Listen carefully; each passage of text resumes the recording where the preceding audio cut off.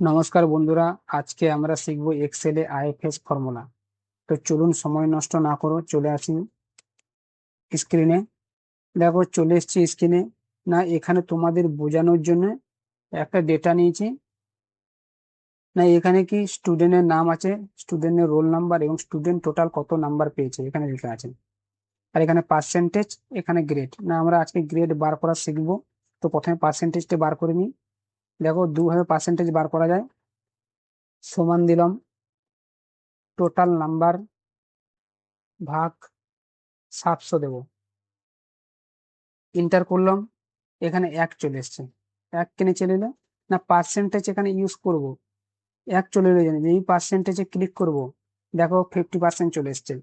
না, আমি এরকমের সংখ্যা লাগবে না আমার, কি বলছে, না পার্সেন্টেজ লাগবে না আমার, শুধু সিঙ্গেল ডিজিট লাগবে, আমার ডবল ডিজিটের সংখ্যা লাগবে, পার্সেন্টেজ লাগবে না। তো কি করব, আমি এখানে সিলেক্ট করে আমি ইনটু করব কটা, আমি ইনটু করে নেবো। প্লাস এগুলো নাকি ইনটু 100, 100 গুণ করে দেবো এর সাথে। 100 গুণ করে দিলাম। এখানে নাম্বার কিরকম এসছে দেখো, এখানে তাহলে নাম্বার ফরম্যাটে চলে যায়। পার্সেন্টেজের জায়গায় আমরা লিখে দেবো নাম্বার। চলে এসছে দেখো, 4 ডিজিটে, দশমিকের পর দুটো সংখ্যা। তো তোমরা যেরকম ইচ্ছা সেরকম কনভার্ট করতে পারো। ঠিক আছে, আমি সেলে যাব, ডবল ক্লিক করবো, আমার এরকম নাম্বার চাই। নাম্বার চলে এলো। না, নাম্বারটা বড় লাগছে বলে কি করবো, ডেসিমেলটা কমিয়ে দিই, ডবল ডিজিট নাম্বারে নিয়ে আসি, তাহলে ডিক্রিজ ডেসিমেলে যায়। এখানে দেখো ডিক্রিজ ডেসিমেল। বাহ, ঠিক আছে, এখন পার্সেন্টেজ একটু ঠিক লাগছে দেখতে। এবার আমরা এখানে গ্রেড বার করব। সমান চিহ্ন দিলাম, আইএফএস। বন্ধুরা তোমাদেরকে বলে দিই, আইএফএস ফর্মুলা কোথায় ইউজ হয়। না, যেখানে একের বেশি কন্ডিশন থাকে সেখানে আইএফএস ফর্মুলা ইউজ হয়।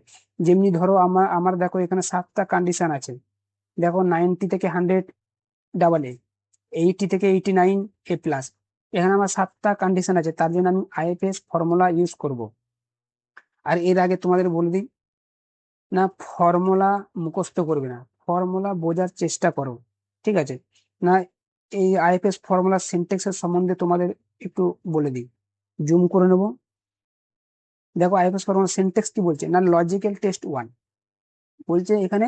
লজিক্যাল টেস্ট মানে কন্ডিশন বা শর্ত, যদি শর্ত সত্যি হয় তাহলে এই যে লেখা আছে ভ্যালু ইফ ট্রু, না এখানে কি শো করতে চাও, মানে রেজাল্ট কি চাও তুমি।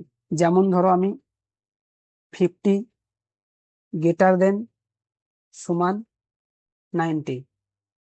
আমার শর্ত হলো কি, 90 সমান বা 90-র বেশি হলে আমার রেজাল্ট কি লাগবে এখানে, না ডবলে আসতে হবে, না ডবলে শো করতে চাই আমি। ডবল ইনভার্টেড কমার মধ্যে আমি ডবলে লিখবো, ব্র্যাকেট ক্লোজ। না 90 বা 90-র বেশি পেলে যেন রেজাল্টে ডবলে, গ্রেটে যেন ডবলে শো করে, বাস। কমা দেবো, নেক্সট কন্ডিশন লাগাবো। দেখো সেল ক্লিক করবো, গ্রেটার দেন সমান 80। যে কন্ডিশন সত্যি হয় তাহলে আমি কি শো করতে চাইছি, কন্ডিশন সত্যি হলে আমি চাই যে এ প্লাস রেজাল্টে যেন শো হয়, এ প্লাস শো হয়। কমা, সেল ক্লিক করব, গ্রেটার দেন সমান 60। না, যদি কন্ডিশন সত্যি হয় তাহলে কি শো করতে চাই, না কন্ডিশন সত্যি হলে আমি বি, এ, এ, এ শো করতে চাই, আমি কন্ডিশন সত্যি হলে এ শো করতে চাই। ডবল ইনভার্টেড কমাতে দিলাম,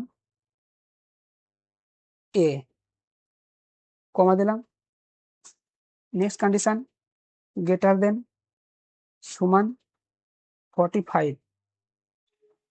কি শো করতে চাই এখানে, এখানে বি শো করতে চাই, বি প্লাস। কমা, নেক্সট কন্ডিশন, ক্লিক করবো ডেটা, সেল, গ্রেটার দেন সমান 35। কমা, ডবল ইনভার্টেড কমার মধ্যে 35 হলে রেঞ্জ বি হবে। না, আমি এখানে বি শো করতে চাই, রেজাল্ট আমার বি চাই।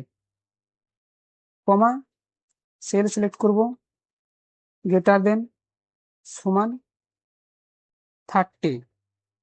30 হলে কি হবে, না 30 হলে আমি সি শো করতে চাই এখানে।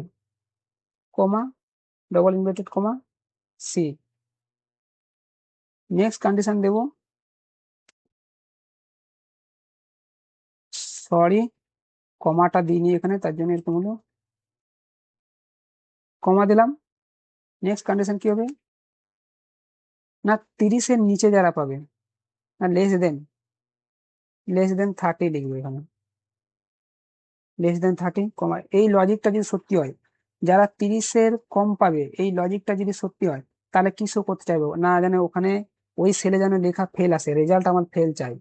ডবল ইনভার্টেড কমার মধ্যে ফেল লিখবো, FAIL, ডবল ইনভার্টেড কমার মধ্যে ফেল, ব্র্যাকেট ক্লোজ, এন্টার করবো। দেখো 1+1, এখানে বলছে ফর্মুলা মিস্টেক আছে, এখানে দেখো কমা দিইনি, ধ্যান সে দেখো, এখানে এখানে ফর্মুলা মিস্টেক আছে, এখানে ফর্মুলা কমা দিইনি, এখানে কমাটা দিয়ে দিই, বাস এখন ওকে আছে।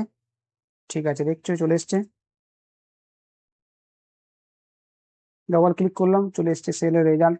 দেখো রেজাল্ট চলে এসছে সবাইকার, 30 পেয়েছে, সি পেয়েছে, এখানে ফর্মুলা অনুযায়ী 30 পেলে সি হবে, এখানে 30 পেয়েছে, ফেল হয়েছে। এর কারণটা তোমরা বলতে পারো কেন এরকম হয়েছে এখানে? এই 30টা এক্সেলের অরিজিনাল নাম্বার? অরিজিনাল নাম্বার না, তোমরা জানো না। এটা কি করছি, ডেসিমেল ডেসিমেল ডিক্রিজ করে 30টা এসছে। এখানে অরিজিনাল নাম্বার কত ছিল?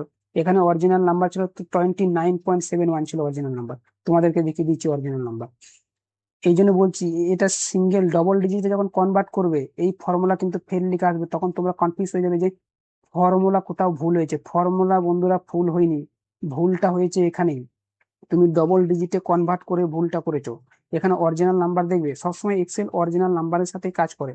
দেখো তোমার অরিজিনাল নাম্বার দেখিয়ে দিচ্ছি তোমাকে, একটু জুম কম করে দিই।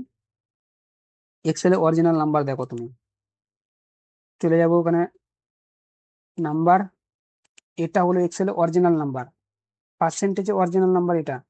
ডবল ক্লিক করব, দেখো বন্ধুরা, এক্সেল পুরো সঠিক ক্যালকুলেশন করেছে, কিন্তু তুমি ডেসিমেল কম করে সেখানে 30 চলে এসছে, কিন্তু দেখো 29.71।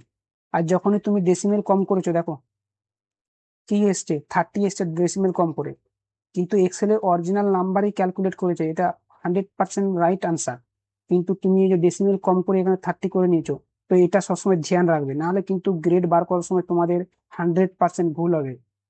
বন্ধুরা আশা করি বুঝতে পেরেছো এখানে।